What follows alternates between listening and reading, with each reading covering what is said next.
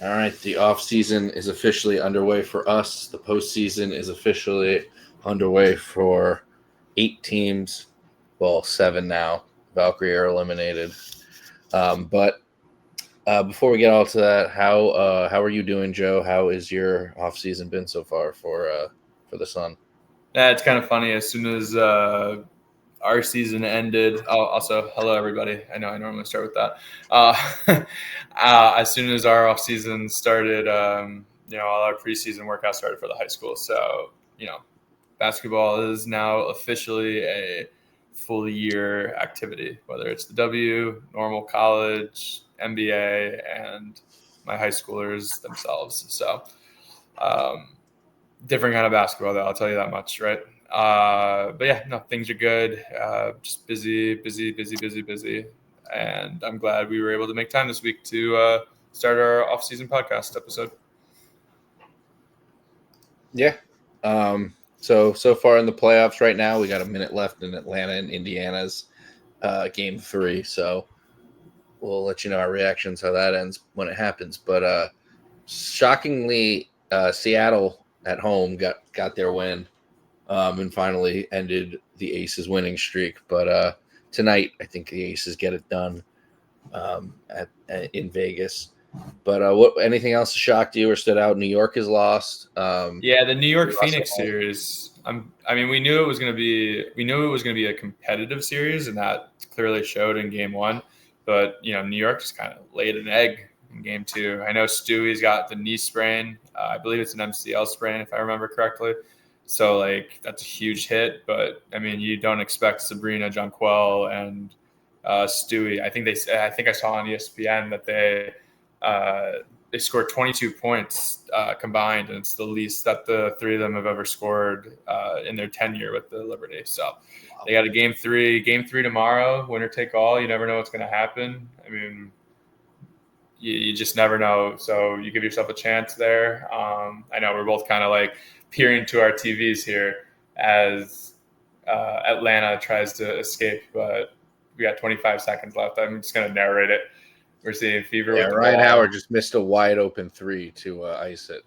This is 17 seconds left. I was ahead of you, Kelsey, and oof. Kelsey Mitchell. Oh, we're in scramble mode. Oh my God. Layup with 7 seconds left. Indiana, Odyssey Sims. What a find Odyssey Sims has been for Indiana. Yeah. This is tough for me. I had Atlanta in the finals. 7.4 left.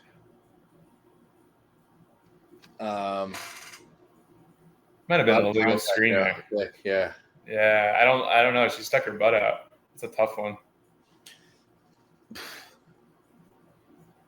First lead since 33-30 in the second. Wow. Anything else surprised me in the playoffs?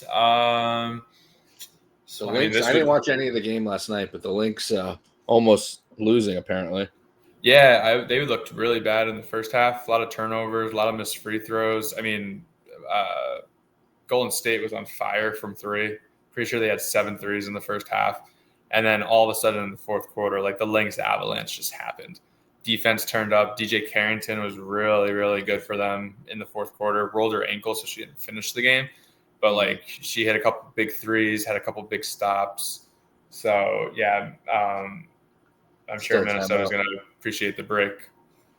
But, yeah, with the matchups so far, we've got 3 of the 4 series going to 3 games. And, I think of what I expected. And I think I saw as well that since the format was 2-1, where this is the first year where it's 1-1-1, there was only 3 game 3s in the last 4 years or so. And now we've had 3 already in this. So it just tells you how big of a deal home court advantage is. Yeah, it's much better too. And they have to call a timeout. Call the timeout on the inbounds. Why? Fucking she's right Stephanie there. White in her leather jacket. Not even a red leather. Well, I guess I can't wear red because definitely can't wear the colors.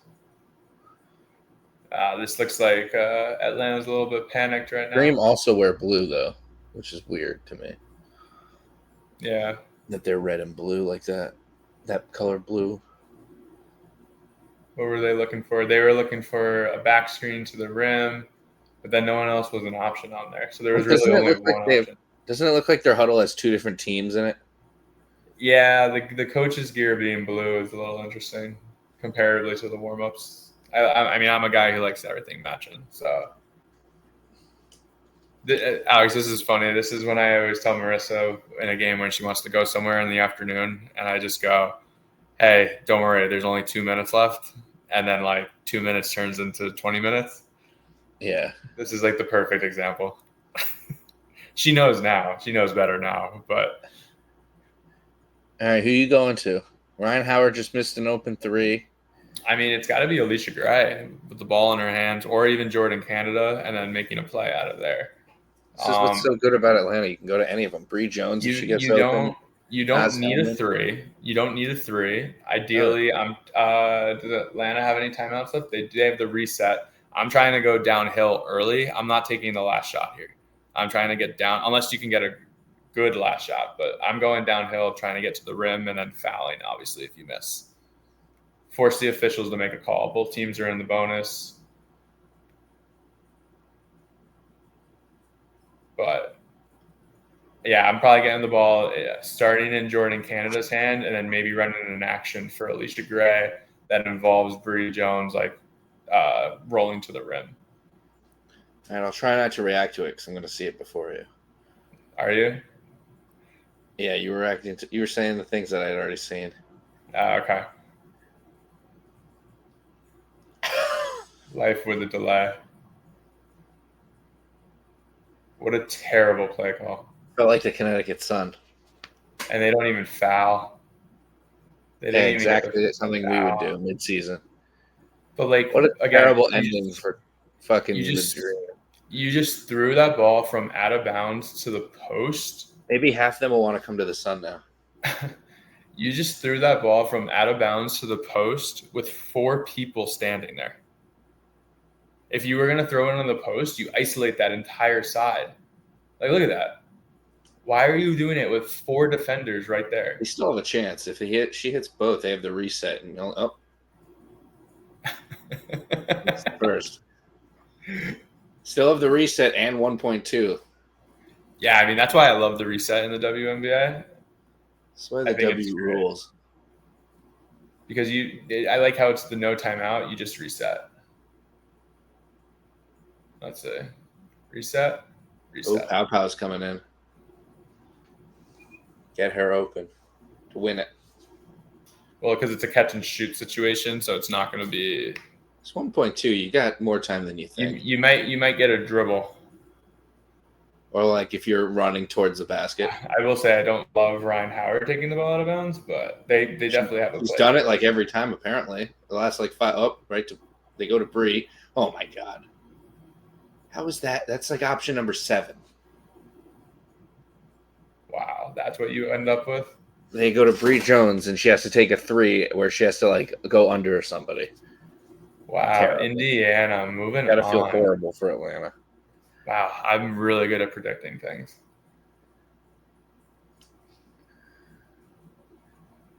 If we were doing brackets, my bracket would be busted.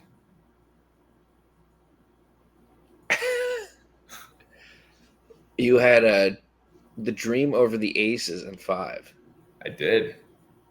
And you're wow. I was very high on Atlanta after doubting them for the first half of the season. No wonder why they fucking lost.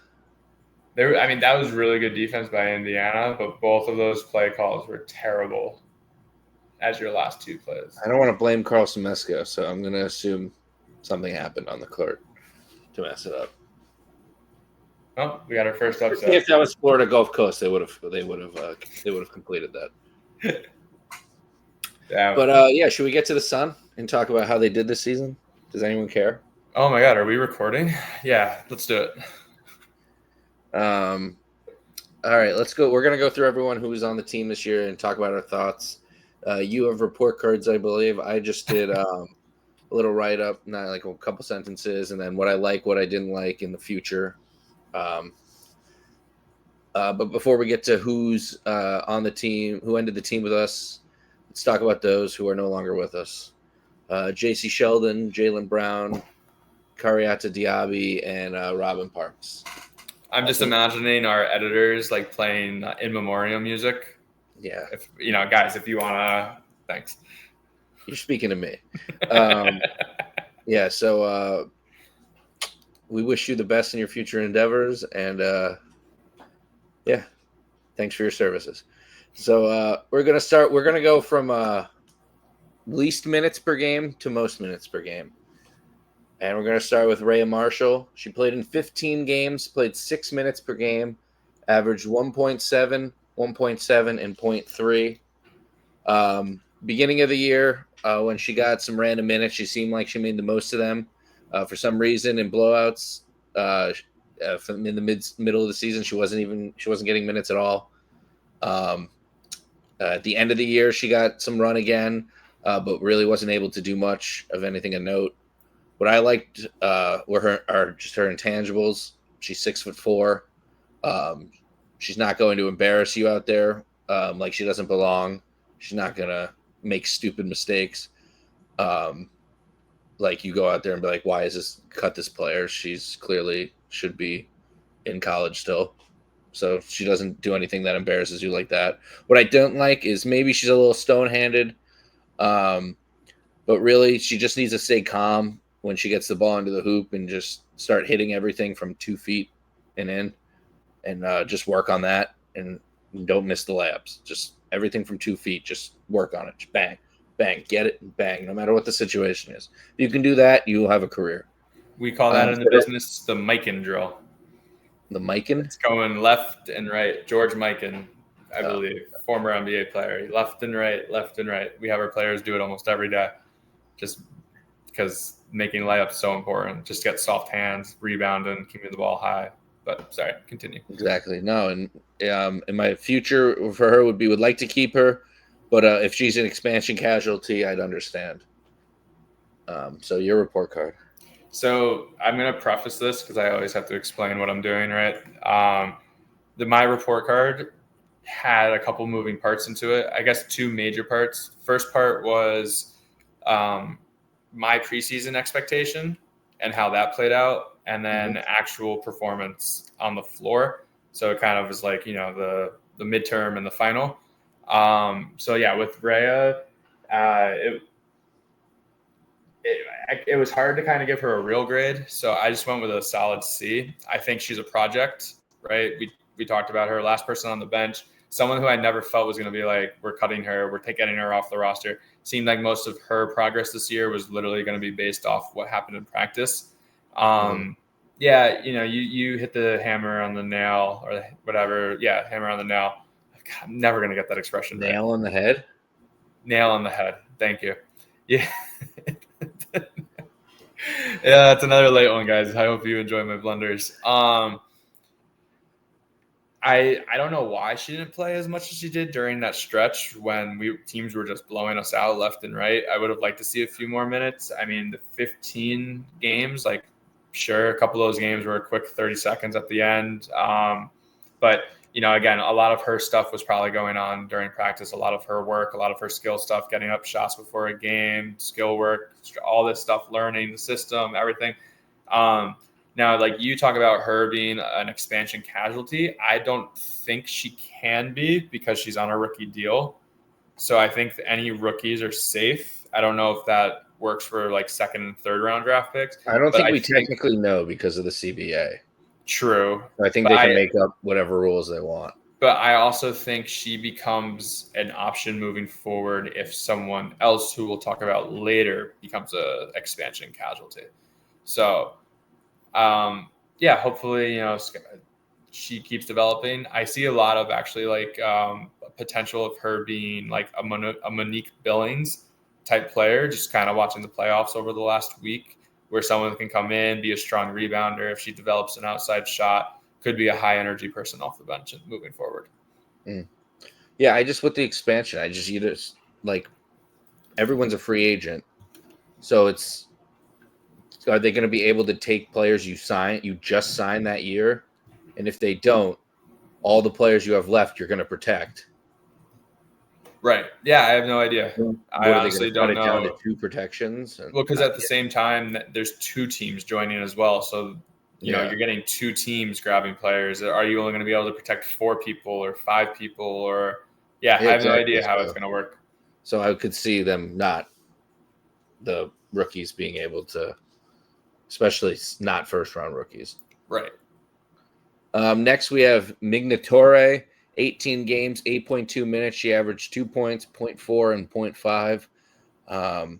She worked her way up from us asking why is she even on this team to us not hating why she's in the game. What I liked, some unexpected threes. She shot 36.4 from 3. What I didn't like was her defense. Future as a 30-year-old rookie and her overall skill set. I'd hope the roster next year doesn't have room for Torre, who ultimately was a last-minute addition this year anyway. Yeah, I kind of gave her a C as well. I feel like we were looking for her position all season long between Robin Parks and, Madison Scott. Was that who it was early in the year that we cut? I don't think she ever even played a game for us. Was that her name? Yeah, I believe so. So we had been looking for a straight shooter. So when Tori came in and we kind of looked at her numbers, training camp, tried to get some stats on her, we weren't really sure what we were seeing. She had a couple games, a couple big threes, a couple loud threes. Her defense, like you said, wasn't anything special, but it was nice having that off-ball player who really didn't need the ball in their hands. You do need some of those players on the floor. So she fit that role for the end of the year and what was needed. I'm in the same realm as you. I think a lot better players are going to become available between the new CBA, free agency, the draft next year. So I could easily see Torre being a roster casualty just because of that. If she is back, I mean, if she's your 11th, 12th, who knows if they're even going to go to 15 roster spots next year. Right, there's so many question marks. If she's an end of the bench player, I don't see that as a bad thing. As a veteran, probably can be a very good scout player in some capacity, but I wouldn't be surprised if we moved on from her. Yeah, if they finally up the roster spots, it changes the conversation. Yeah, it changes the conversation. You have players that actually can just mentor or can just come in a dire need or literally just blowouts. Yep. Next is Haley Peters, 33 games, 11 and a half minutes, 2.1, 2.2, and 0.8 on the season. She was the least exciting Sun player to watch this season, in my opinion. Still not sure why she got to play in 33 games for 11 and a half minutes per game, and a lot of games were not needed. What I did like was her attitude, her stepping into the veteran role and not complaining about about her role. Whether it was not playing in a game or 7 in a row or playing shitty minutes or needing to play good minutes and maybe not playing her best because she's didn't play in a bunch of games before. But yeah, she never complained. Always was good. And what I also liked was her ability to speak French, which probably made things a lot easier in the huddles with a French-speaking coach and 3 French-speaking players throughout the season. What I didn't like was her defense and her 3-point shooting. Pretty simple. Wasn't good. In the future for her, I hope she finds a playoff team that needs another smart veteran at the end of their bench to basically practice or maybe almost even be another coach for the team. I don't think she should be seeing significant minutes for anyone in 2026. Yeah, so, I mean, it's probably not going to surprise you or anyone listening, but Haley Peters did receive the lowest grade on my report card. I know, right? You're probably going to think I'm crazy, but I actually gave her a C minus. I think you also figured you were too soft to go to a D for anyone. But I mean, it's not like she committed a war crime out there. No, if we had a serious season, maybe, and she did something. I mean, I look at it this way. I look at it this way. She wasn't lobbying for this role. She was asked to do this role by the coaching staff. Yeah, for whatever reason, she was put out there as she was. I just felt every time she was out there, we were at a disadvantage. And Because we were. even in the games where like she's on the floor and we're doing well, you can almost say it was in spite of her being out there. But there were too many times she would go out there, and I also think she played out of position for most of the season. She was playing power forward for us for a good chunk of the season. She's not a power forward. She wasn't strong enough, tall enough, athletic enough. I won't say strong enough. She's pretty strong as like a built player, but like she was out of position. But she went out there and she did it. But I don't think she can guard anybody. And that's what it is. Threes. She's not tall enough to guard power forwards in this league, and she's not fast enough to consistently guard perimeter players. Like I said, I felt I'm trying to be nice about this. Like, she shouldn't have played 33 games. Remember, there's 44 games in the season, and a lot of those DNPs were happening like towards the end of the season. So, I mean, so long. Thanks for being here. I know it was just your birthday. Happy birthday, belated. But if she's on the roster next year, and again, if we're basing everything off of a 12-team roster, if she's on the roster next year, it's kind of a joke. Not gonna lie. Well, I mean, she could be 12. Yeah, but no matter what, you can find somebody else. There's definitely someone worth taking over her. And lastly, like you said, shooting percentage. And like we're talking like volume 3-point shooter, where when she was in the game, she was taking somewhere between 1 and 4 threes a game.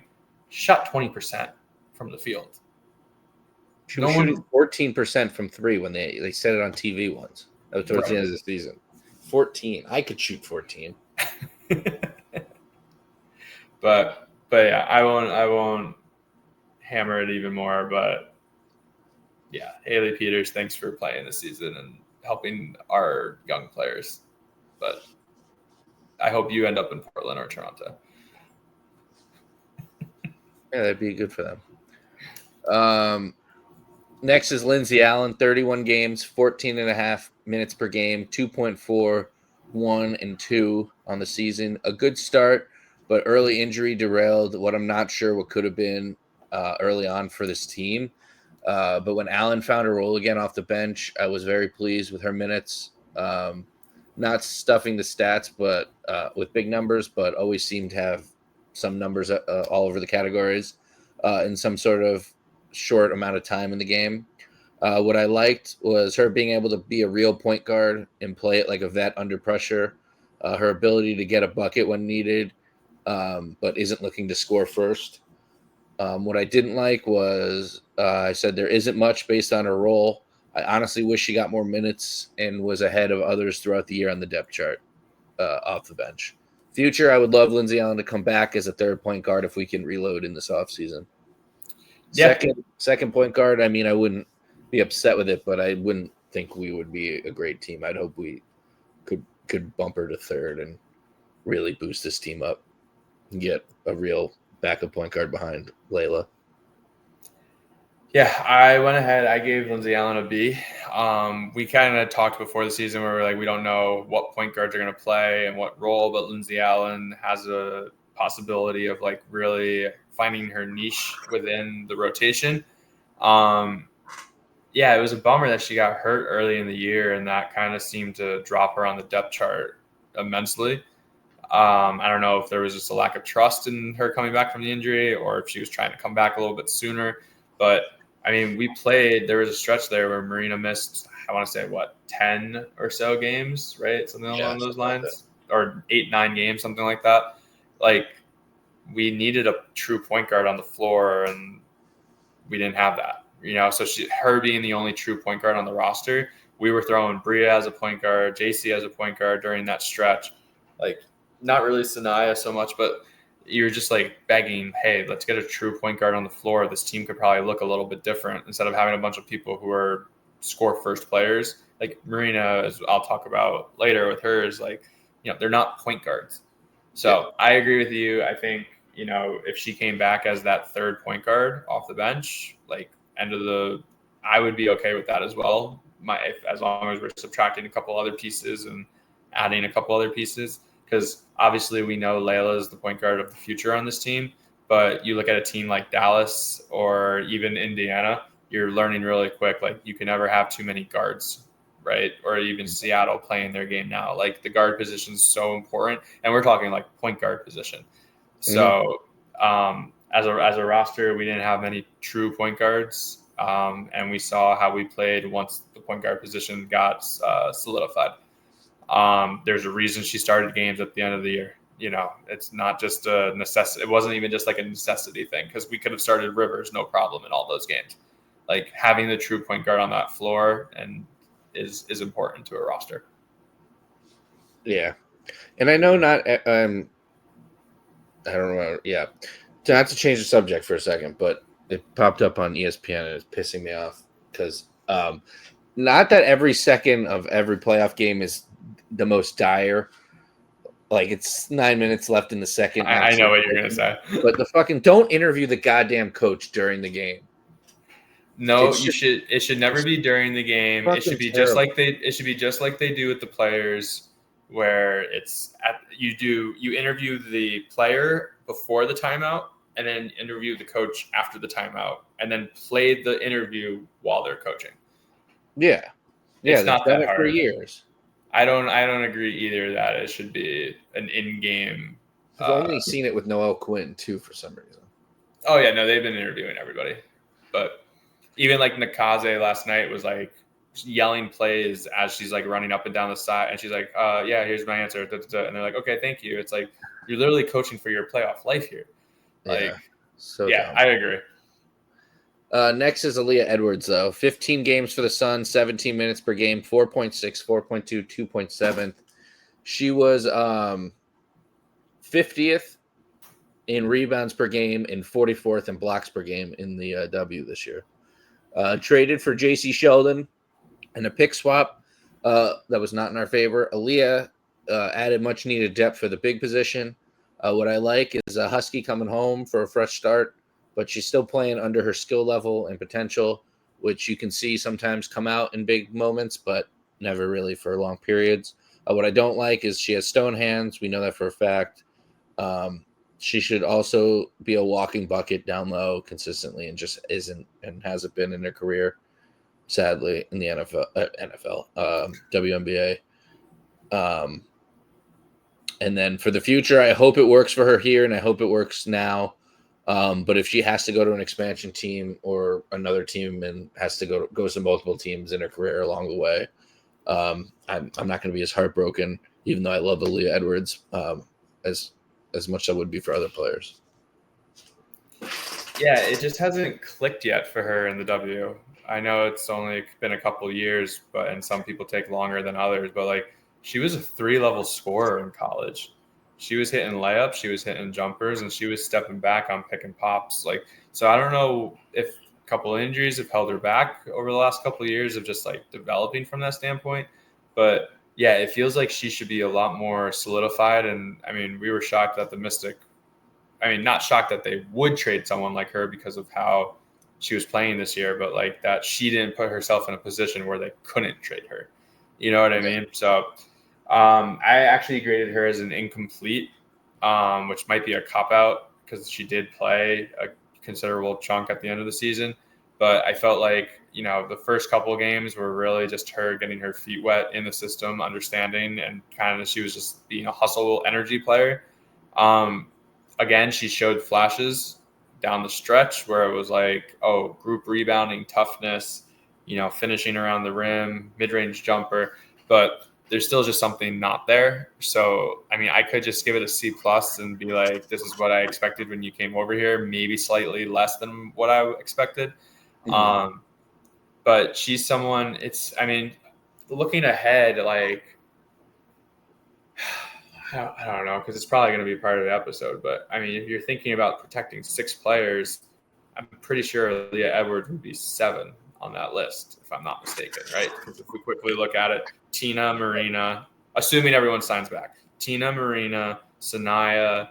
Well, your protections are, I don't know, because the protections are supposedly like different with core players and regular rookies. Players.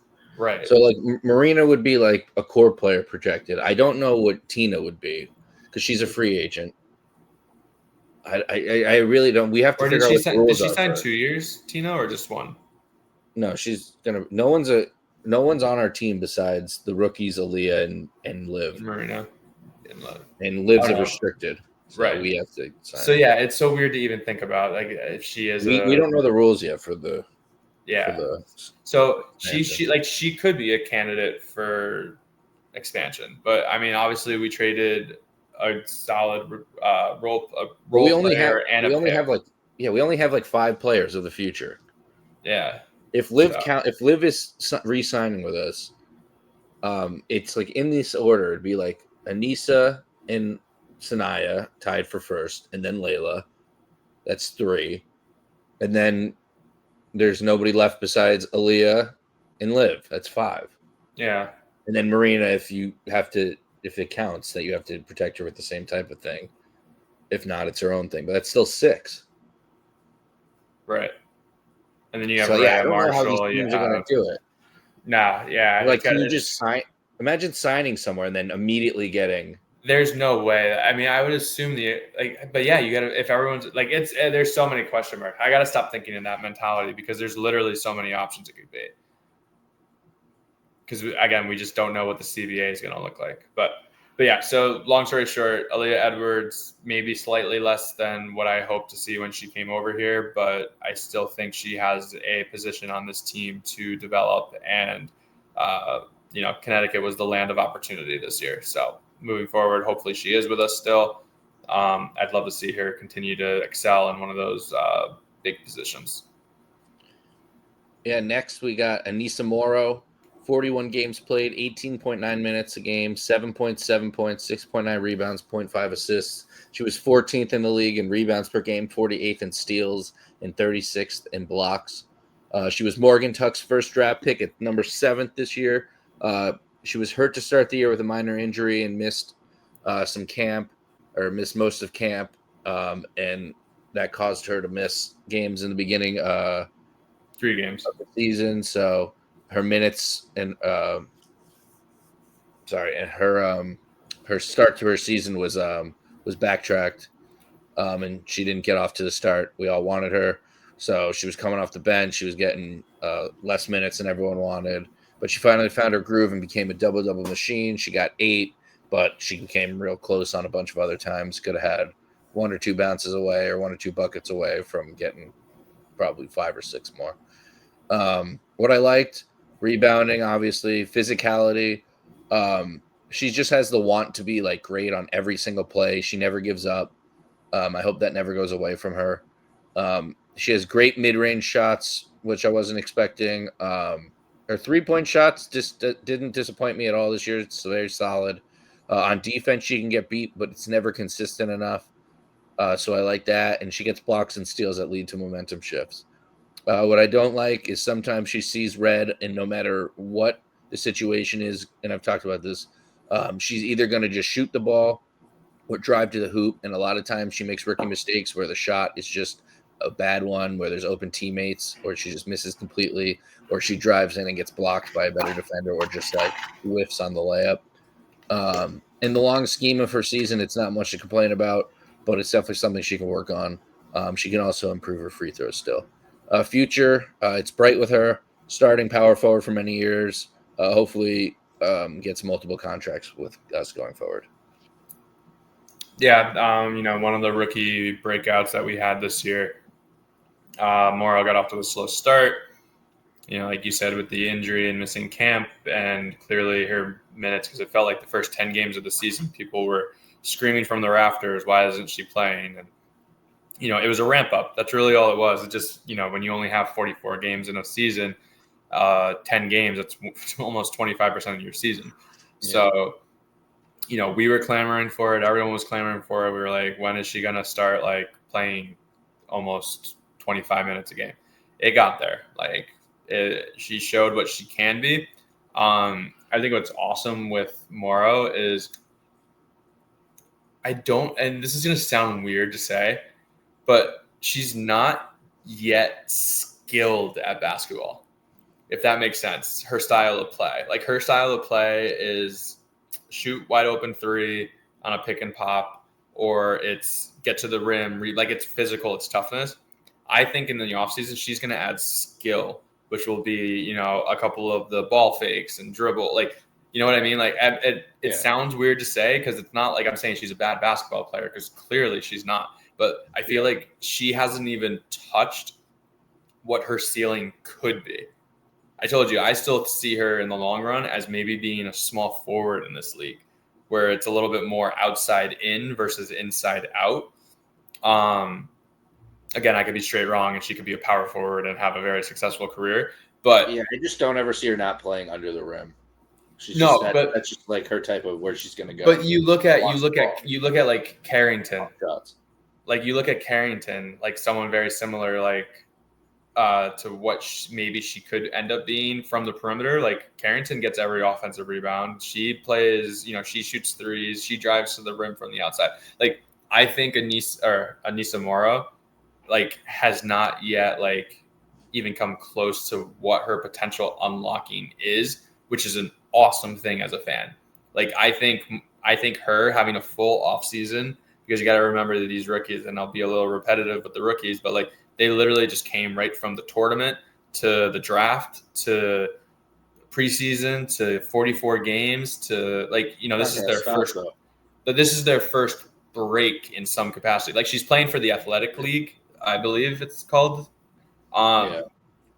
which is great because she's like someone who's just like plays basketball and is awesome.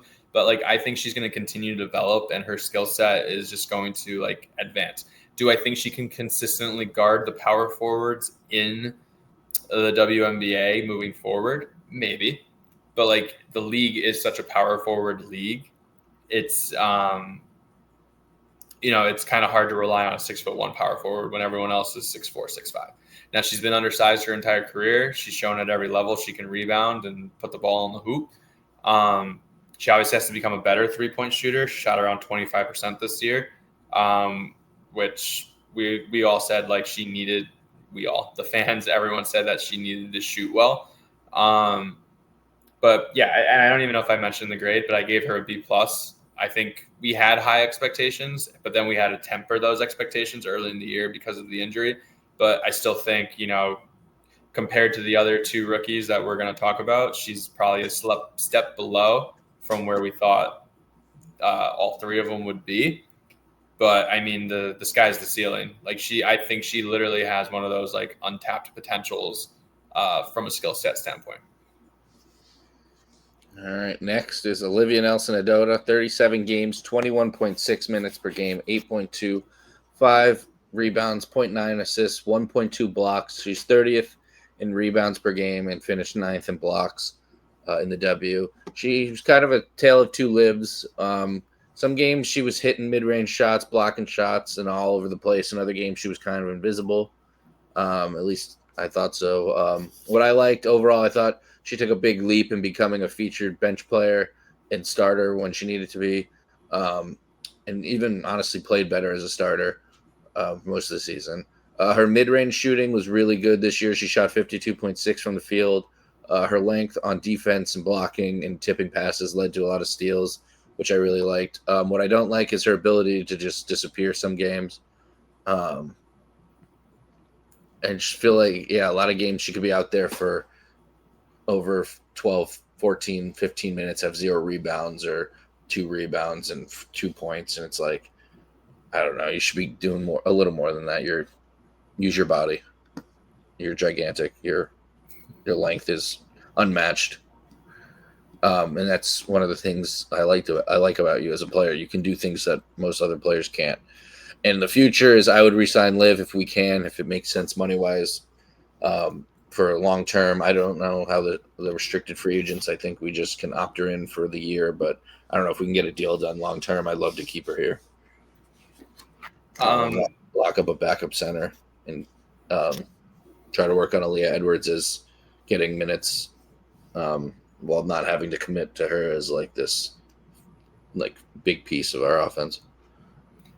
Yeah, I mean, we walked into the season being like, okay, this is Ono's first chance to be a part of the rotation, right? We were like, okay, is she going to start? Is she going to come off the bench? Started early in the year, like we said, because of the Morrow injury. I would assume, even if camp happened, that Nelson-Ododa probably would have gotten the first reps as the starting power forward, just based on like she said she was in the building. I know it's a whole new program, whole new roster, whole new team or management and everything, but it just felt like she was going to have that opportunity. I mean, she was really consistent for most of the season. Like first half, she was clearly our third best player on the floor, or our most. But I would say she was our most consistent player for the first half of the year. I don't know how bad the back injury was, and I don't want to use it as a cop out, but I felt like towards the end of the season, she did take a lot of jumpers, more comparably than like getting inside. I don't know if just it got to a point where she couldn't just like bang inside often, or if it was hurting when that was happening. But I felt like she just settled for a lot more jumpers than where we saw in the beginning of the year, where it was, posting up, sealing, getting, layups underneath the basket or offensive rebounds. I do see a world where her and Anissa Morrow can coexist. Liv brings something that the rest of this roster doesn't have, and that's the height and length combined. Like Sanaya Rivers has the length with the arms on defense, but like we literally did not have anyone on our roster outside of Tina and Liv who were 6'4" and taller. And Tina wasn't as strong as defender as she has been in the past. So like Olivia Nelson-Ododo was really our big like inside presence on shot blocking and the toughness. I think one of her biggest things is continuing to put on strength.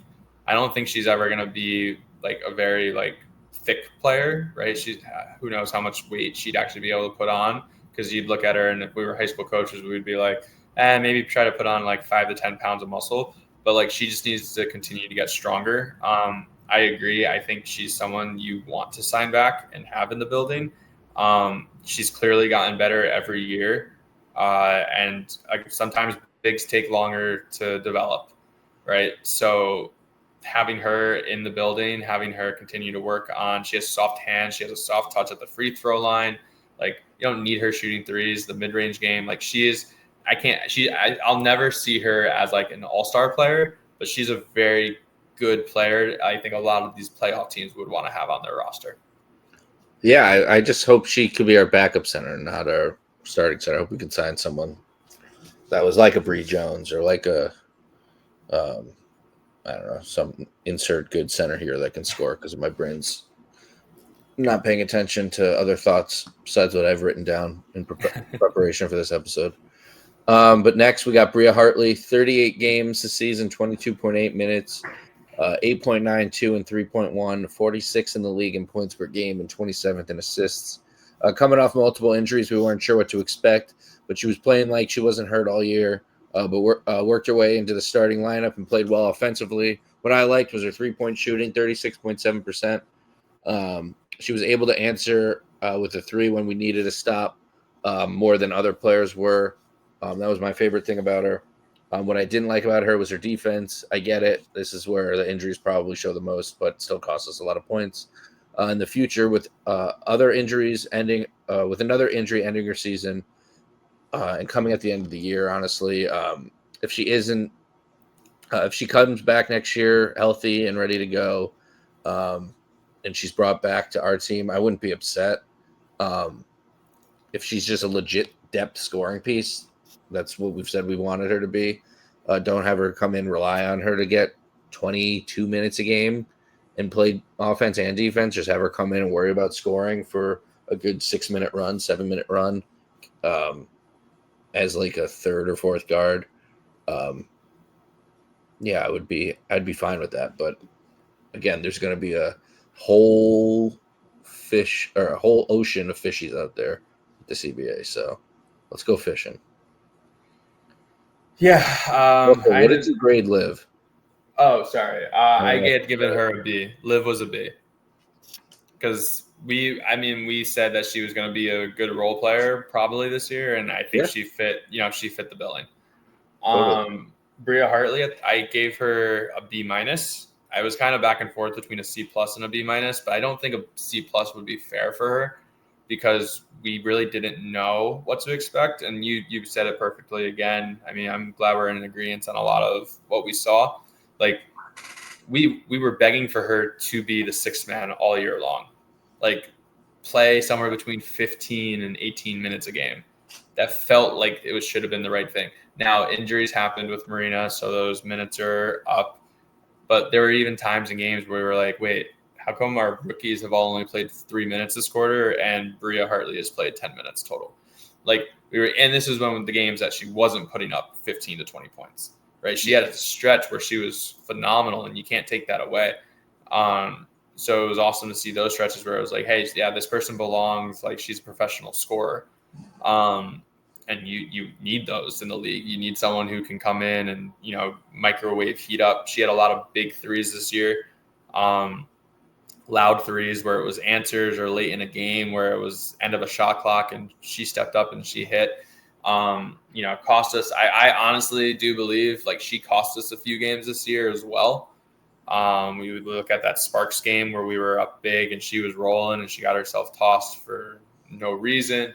Mm-hmm. And then there were a couple games where she started jacking when we were winning, and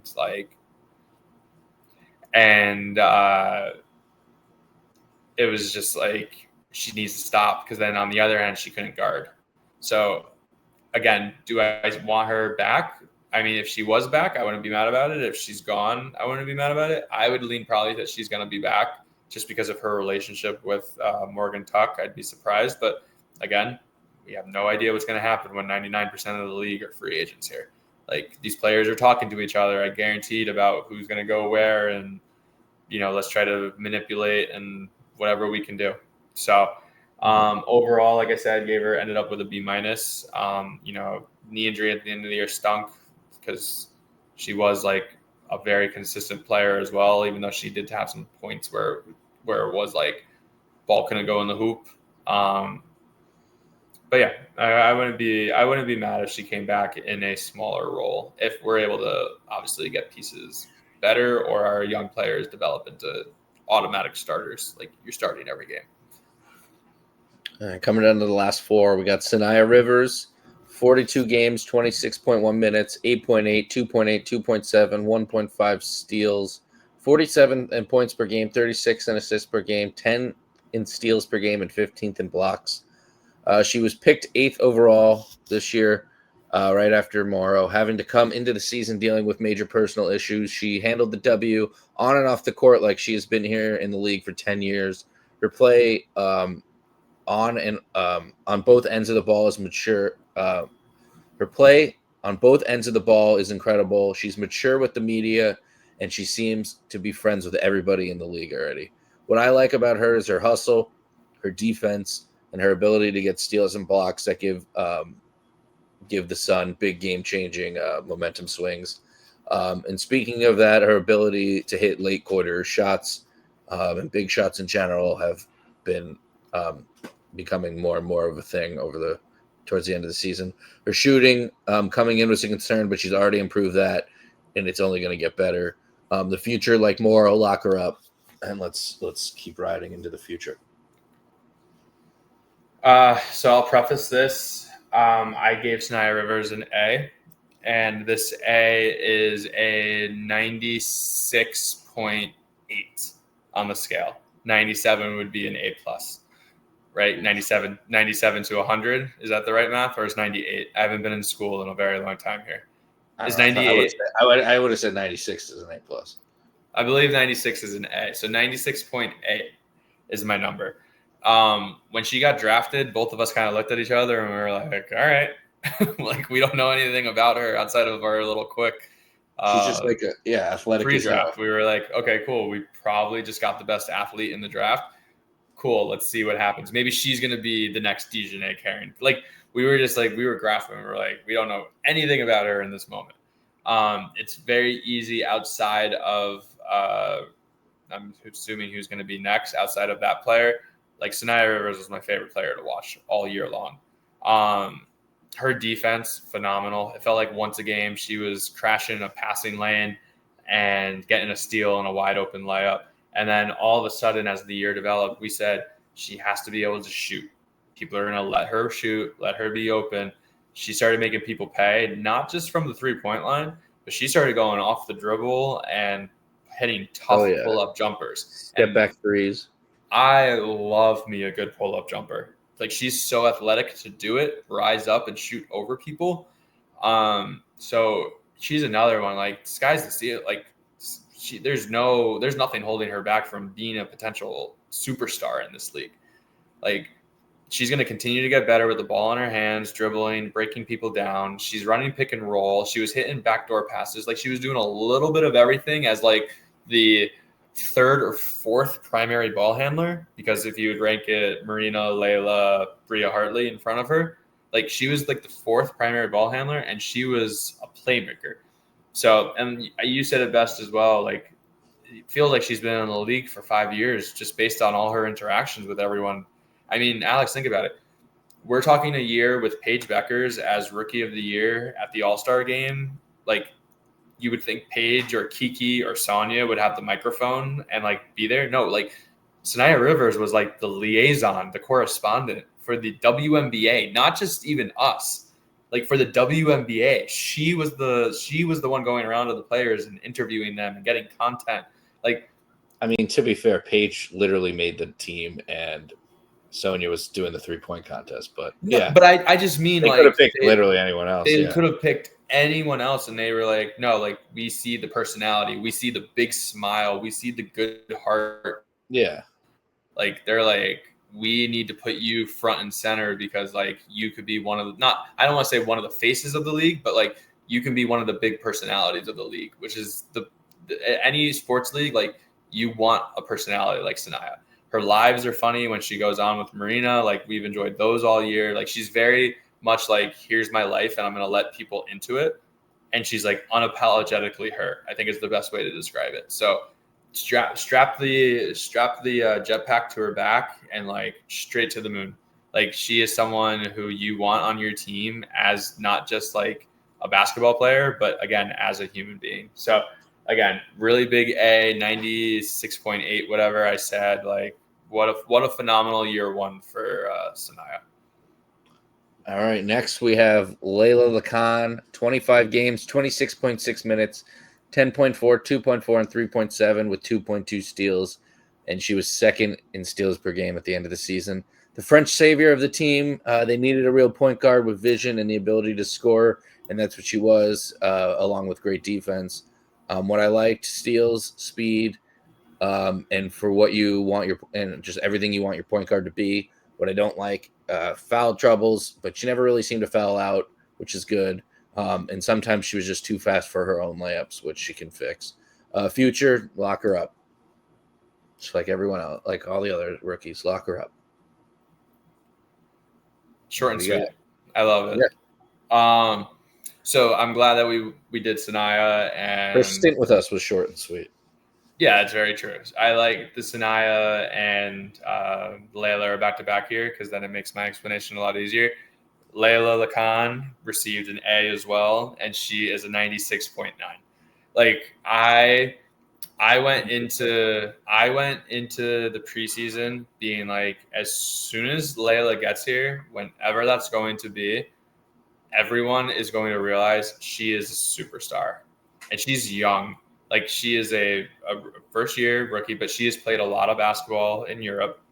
I watched the highlights, and like, I'm not like tooting my own horn with like a scouting, but like, I've been scouting high school players for 10 years now, like going back to when I was in college looking at players. Like, you can tell when someone moves differently than the rest of the people on the floor. And even her tape just overseas, like, she was shifty. She was faster than everyone. Like, her length and her like burst to the ball was just different.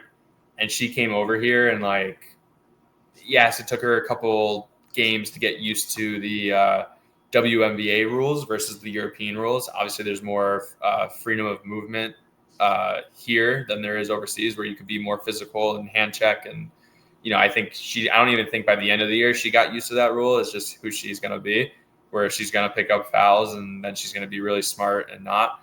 But she was a playmaker, which this team needed from the point guard position. She led the league in steals since her time in the league, which crazy because that was one of our strengths with her and Rivers. And, the jump shot, she was hitting pull-up jumpers. She'd hit the occasional three. She had that one really cold stretch where she was like 0 of 19 at one point. I think these are all things that she's going to continue to improve on. And like, if one of our three rookies, you would ask me by the end of their career who has made the most All-Star games, I would probably say that Layla Lacan would be the every year point guard. I feel like you can put her in that same category or probably a notch below. I won't say same category, but she'll be that notch below of Caitlin and Paige when things are said and done. I think, she came here and she immediately turned this team around. And even Coach Mez said it. Could you imagine if we had Layla for the whole season? Who knows what we'd be talking about? So, I mean, she did only. Yeah, I mean, I like what you're saying, but at the end of the day, she averaged 10, 2, and 3. So, as the fourth option. I mean, Tina, Marina, and Bria were still. The scoring is there, but like as the point guard, like to lead the All-Star team, I don't know. That's a lot. I think Sanaya would probably be ahead of her, and even Morrow maybe. I don't know. But going back to that draft, we took her 10th. Nobody's really played besides Kate Martin after she was taken 18th. What a steal. That draft is crazy. Besides Clark and Brink 1 and 2, and then Reese 7th, which is also crazy. JC was 5th. Yeah, you got Cardozo, Rakea, which is a good pick, and then JC, Aaliyah, and then Pilly 8th, and Carla Late 9th. Which Late's working out in Golden State. Yeah, but Lacan's probably better. Yeah, I'd agree. And then Markeisha Davis was after. All right. Next we have Tina Charles, 43 games, 28.4 minutes, 16.3, 5.8, 1.7. She was 14th overall in points per game, 23rd in rebounds, 35th in blocks. What would have been but doesn't seem like, or what could have been but doesn't seem like, is her last year. But a good one offensively for Tina, scoring her most points per game since 2021, but her least rebounds per game ever in her career by almost half. What I liked is her ability to score consistently on any defender. What I didn't like was her shooting on double teams without even looking for anyone else or thinking about driving to the hoop. Her defense overall, she got bullied a lot and was a big reason we allowed a lot of buckets down low. In the future, if she wanted to come back another year, there are a lot of positives. I'd be down if we signed another star to go with Marina, where Tina isn't relied on as the number 2, where she can come in and score and be anything more. If she has to be anything more, I don't think it would lead to winning basketball. So I hope, honestly, she does that with a different team that's more ready for that, like a team that's playing this week. Yeah, I think that's a fair assessment. I had her as an A-. I mean, she pretty much did everything we thought she was going to be. About 15 points a game. Rebounds were a little bit less, but like rebounds were a lot less. Well, yeah, she did. She did what we thought she would. She's going to put up her points. She's going to have some big games, and then when games mattered and it was competitive, like she was really good. Like she was a top tier player. She still showed that she could, be a reliable force. But then there'd be times where we're looking at the end of a first quarter and we're down 16, and she was 2 for 11 from the field. And I was like, well, you took 11 shots in the first quarter, and like most of them all double teams and didn't try to drive once or pass. Yeah. Yeah, and it was like, I mean, I'm looking at the assists per game. Like, I'm not trying to hate on Tina. No, it's just great ball. And like, just a lot of good scoring. None of this takes away from what she's done in her career. It's just, we were hoping that like it would lead to more wins. Like you said, it almost became like empty stats where it was like, okay, Tina got her double digits points, like, and then allowed down 22 for the other. Yeah, she always allowed what she got pretty much. Yeah, it was more of like a trade-off. And I mean, that it's frustrating to watch at times. I mean, because again, there were a lot of games where it was competitive, but like a pick and roll coverage where she couldn't get back to the paint, or pick and pop, and there was supposed to be a switch, but she was anchored, and because she can't move like she used to. Like, there were things that were frustrating to watch on the defensive side of the ball, but like her offense most of the time canceled that out for a bit. So I'm in the same boat as you. I'm like indifferent if like Tina comes back and she's option 3 or 4, because we're actually competing for playoff spots and like going for it, I'm fine with that. But like I think at this point in Tina's career, like if she's going to a team where she's option 1 or 2, like the team's not making the playoffs. Like it's just at that point. Yeah, does she want to go and does she want to like come off the bench? Does she want to play the hits, or does she want to win a championship? Like give herself one more chance for a title, or is she content just being like, I'm here and I'll do whatever is needed to do? I mean, she played 43 games. You know, a couple of those games were like back to back where she got a rest, so she wouldn't play big minutes. But like, you know, for the fact that she played 43 games for us and she was always out there and supporting, and everyone keeps, you know, what she does off the court and behind the scenes and mentoring and all that stuff. Like you can't discredit any of that. No, of course not. Would have liked a first round pick though for if we could have gotten it. New York probably could have used her, or we already have New York's first round picks, so I mean next year. I'll take their 2027 first. I don't care. Last we have Marina Mabrey, 35 games, 31.5 minutes, 14.4, 4.2, and 4. 20th in points, 42nd in rebounds, and 15th in assists. What started with a trade request ended with her being a true leader on this team, and she's really grown close with the core of this team, of her teammates. Besides her injury stint, Mabrey had a really good overall year, but wasn't shooting the 3 to her usual clip. What I liked was her mid-range game, and her passing really impressed me this year, especially her long passing. What I didn't like was her inability to catch fire this year for a long stretch from 3. But she did have some games where she scored a good amount back-to-back or a few in a row, but never really was the Marina Mabrey of old where she just was on fire consistently. But for us, she was player of the game a bunch in a row and led her team in scoring, but like not the true like 6 threes, 5 threes, 4 threes, bunch in a row. She had to find other ways, and that's what I did like about her, that she did, but we need her to hit threes as well. Future, she's the leader of this team. Seems like she's going to stay, even though she reneged it a little bit, which is smart. You shouldn't ever be like going into contract negotiations, I'm coming back. Right. But I'm pretty sure she's coming back. Jen Rosati basically has said it. Yeah, and I'd just be surprised with, you know, her budding relationship with Sanaya too. Like, she's not going to want to go somewhere else if, you know, they're in love or something. We see it around the league. It's not easy for some of these players to be away from their significant other on a different team. But not to get too hung up on that. My grade for Marina this year was a B+, and the only reason I'm going B+ is because our expectations were probably in the A range for her, that she was going to be able to take the next step and be a number 1 option consistently.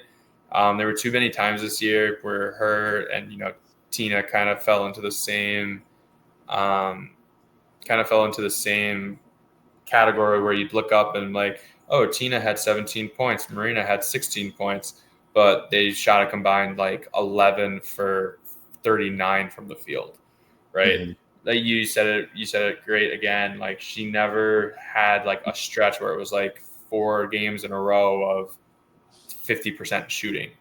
Like she got blanked this year, went 0 for 8. She had a couple other games where it was 5-7 points. So, but I will say as the year went on, and I think this was a lot of the Layla factor, because I told you how much I hated her playing pseudo point guard for us, because she just didn't have the mobility to get the ball from half court and make the right read, or consistently make the right read, because they were just trapping her every single time on a pick and roll. So, but I really liked as the year went on, she was moving very well without the ball. She had a lot of backdoor cuts. She had a lot of times where she was curling and she got something. She started realizing she can use her strength and her, we'll call it wiggle, to get into the lane and do a little runner or get all the way to the rim. But yeah, I mean, we look at her as a sharpshooter, and she was anything but. Like, there were a lot of times where she took a shot and we're just like, that has no chance of going in, you know, or she took 1 3 a game, and we're like, when the hell have we ever seen her only take 1 3 a game? But yeah, I mean, she's as a first year as the legitimate number one perimeter option. It was fine, but I was like wanting more, and I think the knee injury had something to do with that as well. I think it took her some time to ramp it up when she came back, even though she like played heavy minutes when she came back. I still think there was a comfort level. But Mabry is money. Like, she's someone you want on your team. The passion she plays with, she showed a lot of leadership with the younger players. Like you said, how the season started from I don't want to be here, trade me, to, looks like she worked hard and enjoyed her time here. So hopefully we can sign her back. Hopefully she's not already agreeing to go to a different team. Behind the scenes, I thought it was funny too when she was like, "I'm coming back," and then the next day I was like, "Whoa, like I'm coming back to play basketball." Like, it was just funny where I was like, "I haven't made my decision, obviously." It's like, yeah, well, everyone knew you were coming back to play basketball. Yeah, I know. It just made me laugh. So hopefully, again, do I think Marina is a consistent number one moving forward in the league? I don't. I think she's better suited as the second best perimeter player option versus one. You kind of look down in Atlanta where it's like Ryan Howard and Alicia Gray. Like, if she has a running mate like that, I think she could have a lot more success. But I mean, to kind of sum it up, we talked about shooting on this roster. No one really shot well from three consistently all year round. I mean, I was looking at the percentages now. Our best shooter was Bria. Our best shooter was Bria. And I mean, yeah, even JC was good before she left. She was 41%. So like, we had traded like the one person who was consistently shooting all threes all year. And then our next two best. She barely shot. Right. And we begged for her to shoot more. And then Torre and Hartley were both 36%. Like, so shooting is such a priority in the offseason for the entire roster. Like, get the reps in. The only way, like, you can't win in this new age without having consistent threes. Yeah, and right. Sanaya and Anissa will get better as well, hopefully. I agree. All right, let's move on to some team awards. Who do you have as your Sun Defensive Player of the Year? So for a lot of the year, I was riding with Olivia Nelson-Ododa. I think she ends up coming in second place. Maybe third, because Layla would be second place is probably how I'd rank it. But how can you not have Sanaya Rivers as the number one defensive player of the year? I mean, we're talking rookie record for blocks and steals for the Connecticut Sun in a season, and only joining Asia Wilson and I believe it was Nafisa Collier, if I have that correctly, as the only ones to have 25 and 50 in the stocks category, as we learned this year. And, she and her, like, a lot of her blocks too weren't even at the rim. They were on the perimeter. Like, she was closing out. She was athletic. She was guarding best players. She was guarding point guards and wings and rotating. Sanaya Rivers, team defensive MVP. And I'm hoping she makes the all first team for defense. I got to think there's a spot for her. Yeah, I don't really know all the contenders, but I would think she's close. My defensive is also Sanaya Rivers. I had Anissa in second and Layla in third. Anissa? Not much to add, yeah. Defensive rebounds, blocks, steals, tips. Yeah. I think she does a little less but all the same things that Sanaya does. But rebounds more. All right, who do you have for most improved? Most improved. So I kind of looked at it two ways. It's most improved throughout the season or most improved like from last year to this year. Is how would you want to quantify that? Yes, whichever one you felt was more important. In that case, I honestly, you're going to think I'm crazy. I think it should go to Sanaya Rivers as well. Where she was early in the year, she was fine. She didn't really do anything special. She a couple shots here and there, maybe a layup, and then all of a sudden, like like we said, she was coming down the lane, hitting pull-up jumpers. She was going like running dribble handoffs and backdoor and step back threes. So I think from that standpoint, she was our team's most improved. If you're talking last year to this year, I mean, short answer, it's Olivia Nelson-Ododa, just because there was only two options really between Mabry and her. And Mabry kind of was who we thought she was going to be, where Liv in the bigger roles pretty much doubled her career stats. All right, so you're going Liv second and Rivers most improved. I have Liv in second as well, but I'm giving most improved to Bria. Coming off knee injuries, didn't know what to expect. She scored a decent amount for us, so definitely giving it to her. Most improved. All right, team MVP. Who you got? Team MVP. Who you got? Give it top three. Top three. The way I was looking at it, I mean, I think there's three. I mean, two definites based on what we've done all year for Star of the Week. I think third place, as much as I love Sanaya Rivers, it probably ends up being Layla, just because of how she showed up and the team definitely improved with her presence offensively and defensively. So I'll give her third just because of the not playing more than 25 games. I'm probably going to go Marina second. All the negatives I've said before, like she was still good this year. It's kind of funny when you think like 14 points a game, you're like, oh, that's like nothing in the NBA. Like a lot of people average that. Like not many people average 14 upwards points a game. So, and she was doing it playing out of position for a lot of the year, playing point guard. And she had to adapt to being a number one. So she's two. And then Tina Charles is the team MVP. She was just a steady force on offense. We said her defense obviously wasn't what we loved, but when games were close, she was competitive. She was a killer, and she averaged 16 points a game, 6 rebounds a game. Like no one else on our roster was doing that. So I also have Layla as third. I think what she brought to this team late can't be overstated. And there's true value in that. Marina in second. But I have Sanaya Rivers taking home team MVP. And it was pretty easy for me when I sat back and thought about it. You mentioned the value, the brightest star and the team in the game.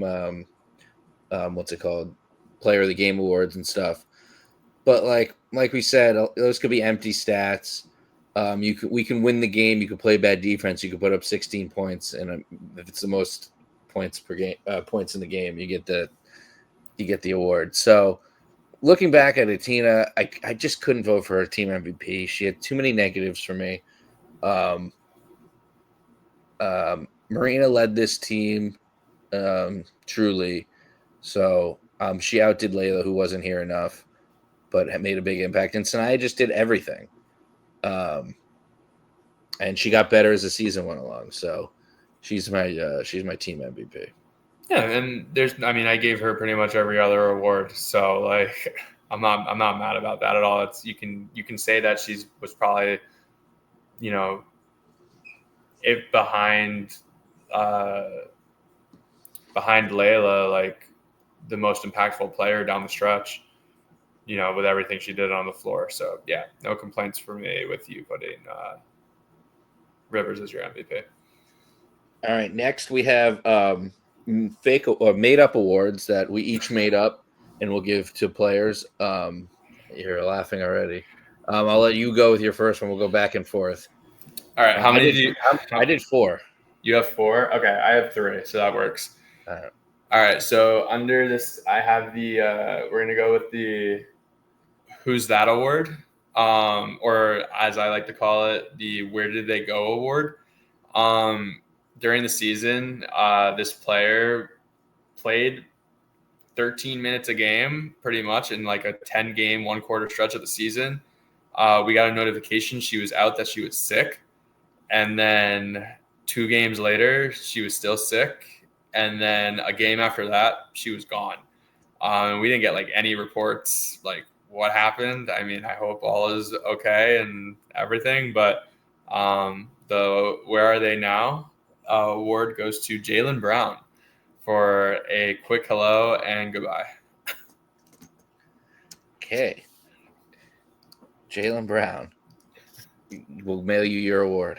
My first award is who would I want with me in a bar fight award, and that is going to none other than Bria Hartley, Long Island's own. I'd rather have her than almost anybody in the W. Me and her will take on anyone. Yeah, she's not afraid to get thrown out of a game. She'll scream at you and she'll fight you. Well, she hasn't really fought anyone, but I'm sure she will in a bar. We'll throw down. Me and Bria. First ever who I'd want in a bar fight award, Bria Hartley. The next award I have is the Tiny Tim You're Too Small award. This goes to the player, which at first I was going to do with the most hitting the You're Too Small emote. I guess the kids are calling it these days. You're Too Small emote. And at first, Marina Mabry was, leading for most of the season. She had a couple aggressive ones. We called her out on it with the live, and her and Sanaya had a good time with it. But then Morrow hit one where it was like she hit it for about 3 seconds and like put her hand to the floor and was like, she would have got a technical foul for it. And I'm like, that's it. She's the winner. So Anissa Morrow with the first ever Tiny Tim You're Too Small award. All right, we got the top 3 here. This is the best pregame fit awards. Coming in third, we got Marina Mabry. Coming in second, we got the model herself, Livia Nelson-Adodo. And coming in first, my personal favorite is Anissa Morrow with the best pregame fits. She has style, for sure. Or a good stylist. Or a very good stylist. Let's see. Can I come up with one on the spot? Because I lied and said I had 3, but I guess I looked back and I only have 2. My third award is called the Baguette Award. We're gonna call it. I've been to France. The baguettes there are really good. We've had a couple French players in and off our roster this year. And only one is deserving of being Les Claws, Les Baguettes, and Les potential superstar in the future. And with that, Layla Khan wins the Superstar Bread Award, we'll call it. The Baguette Award. The Baguette. Not even like the freaking golden baguette or like the freaking I like that basketball baguette or like just the baguette award. It's just the baguette award. I like the golden baguette. Nope, just the baguette. I've already written it down as the baguette award.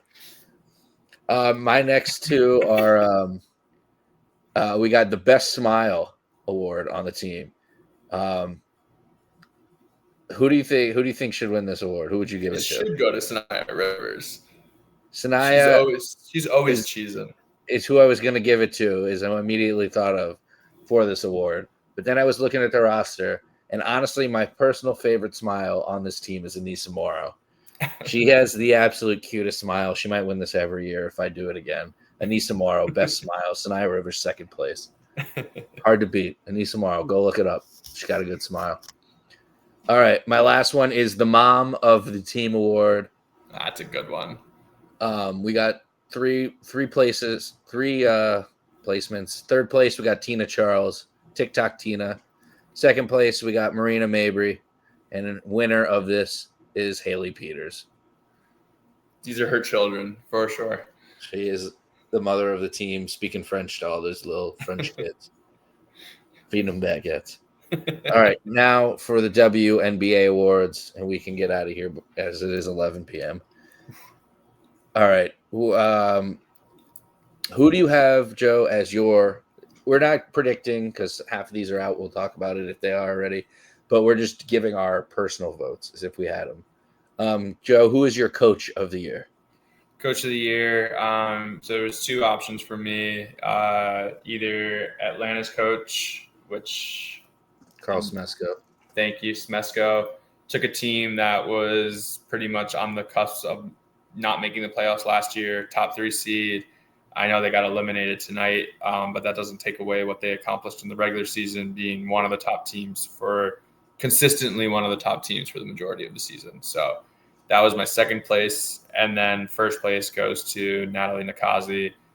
First expansion team making the playoffs. Honestly, nobody thought that roster was going to be good. Even on paper, you're just like, okay, these are a bunch of role players. And like, I guess really you and me, like in our lifetime, we haven't really been through too many expansion teams in professional sports. Most of the time it's like relocation teams, but you don't expect teams to be that good that early. And she maxed out her talent on that roster. They lost Kayla Thornton very like midway through the season. So that was a big loss for them, and they still found a way to make the playoffs. So Natalie Nakazi as my coach of the year, who actually ended up winning it. But yeah, I would have picked Carl. I picked Carl Smesko. They got up to the 3 seed. Would have had the 2 seed if Asia Wilson isn't the best player in the world. But Nikase 2, and I gave Becky Hammond 3 just because of also. Yeah, the run, totally. The run they're on, yeah.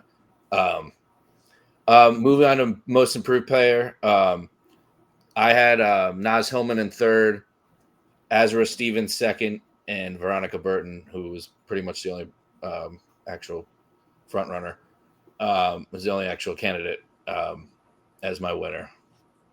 Joe, what do you got? Most improved.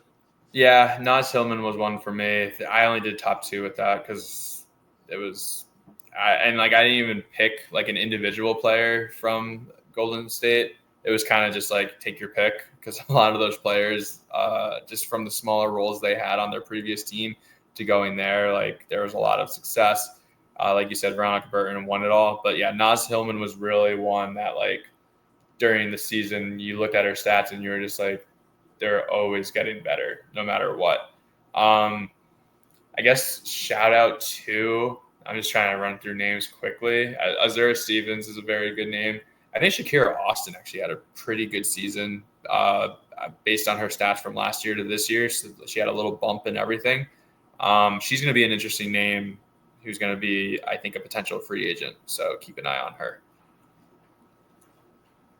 Yeah, well, I mean, yeah, I think most of the league is, right? Well, someone who I think is like can like join a winning team and be impactful.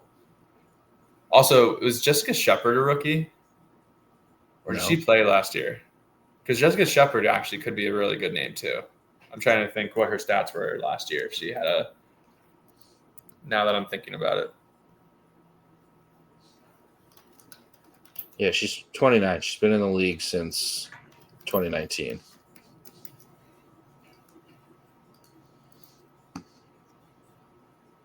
She was at Notre Dame, huh? All right, who you have for 6th player of the year? 6th player of the year. Going through it, I think Jewel Lloyd probably would get some votes. Heidemann probably gets some good votes. And I'm trying to think someone like outside the box. Maybe someone on Phoenix, like what's the shooter's name? I'm blanking. Obviously didn't do my research here. Whitcomb or Held? Whitcomb. Yeah, I think she might start though. So a couple of those names. I honestly think, and God, it's so late. What was the second name I said? Oh my God. Heidemann. I think Heidemann should win it. I think she's like the most impactful 6th man of the year. Plays starter minutes. Whenever Courtney Williams was going through a cold stretch, she was out there balling out most of the season. I think they announced it already. And it was Hillman. Oh, really? But if not, I'm pretty sure she's going to win anyway. Well, it's weird because she's started a lot of games. I don't know what the qualifier is, but second half of the year, I don't think they announced it yet. Oh, no, they did. Was it Hillman? Yeah, 6 days ago. I'm surprised she won it. I just would have assumed. I would have just assumed. Oh no, it says they'll be announcing it on the 20th, but I'm pretty sure she's like the only candidate. It's. I'm reading Shepard, Hillman, and Heidemann are the 3 big names. Yeah, I'm pretty sure Hillman's like. Oh, Hillman was crowned the AP 6th player of the year. That's what it was. So I have Hillman, Heidemann in second, and Duana Bonner third, which she spent half the year not really playing, but made a big impact when she went over. Defensive player of the year was Asia and what's her name? Alyssa Smith. Or Alana Smith, right? Alana Smith. Sorry, Alana not Smith, Alyssa. Yeah, I combined. We got the Vegas game on in the background here, so Alyssa Smith. I picked Asia. I had Gabby Williams in second. I know she didn't really get any love. I just want to throw her out there. And then I put Smith in third. Yeah, I had the same order. I think I had Williams at third, just based on, I think, the Lynx just being the best team, and she's one of the top defenders in the league, clearly. So that went hand in hand. Yeah, Gabby Williams just kind of does it all. And I feel like these awards mostly go to bigs anyway because it's based off blocks a lot of the she times. Wasn't getting any votes, I don't think. Gabby. So, yeah, and Asia Wilson, I mean, that stretch she went on was just unbelievable. Yeah. All right. Rookie of the year. It's already been announced. Page 1. Obviously, she's both of our picks, I'm assuming. Yep. I had Sonia in second, Kiki in third, Sanaya Rivers in fourth. Yeah, I think that's fair. I mean, Morrow's probably up there in the top 5. Layla probably didn't play enough games to get, consideration, like serious consideration. But, yeah, you can't argue with the top 3. Those were clearly the best 3 rookies this season. And who'd you have for MVP? What were your final 3 or 4? So I had Alyssa Thomas in third. She was just awesome all year long. Asia Wilson, while she surged, at the end of the season as she did, she's in second here, and I still think Nafisa Collier is the league MVP. I know she missed a chunk of the season, but I mean, if they gave it to Asia Wilson, I'm not mad about it. Like, she clearly, the run that they went on, the winning streak and everything, and she clearly was putting up major numbers. But I just think this is Fee's year, MVP and a future finals MVP coming up. Yeah, I have Kelsey Mitchell in fourth, AT in third, Nafisa Collier in second, and Asia Wilson winning MVP. Well, a lot of people are saying since they made Asia co-defensive player of the year, that means that Fee is going to get the MVP. I kind of laughed at that. Conspiracy theorists in the world. Crazy. All right. Vegas is beating Seattle, but it's not even the 4th yet. Got anything else you want to say before we wrap this up? Hour and a half in? No, it's I guess we'll probably we'll keep coming at you guys with some fun topics. Let us know in the comments if you feel like commenting. Who you guys had is also nasty now. She'll come in 5th for Rookie of the Year. She should have played earlier in the year. But comment who you guys think. Maybe we'll post a poll with some of these, some of our picks on our Instagram page and let you guys take some votes. And we'll talk about some team MVP stuff and awards and see what you guys have to say as well. So thanks, everybody. Yeah, I hope to win the Bag Out Award next year. Go for one.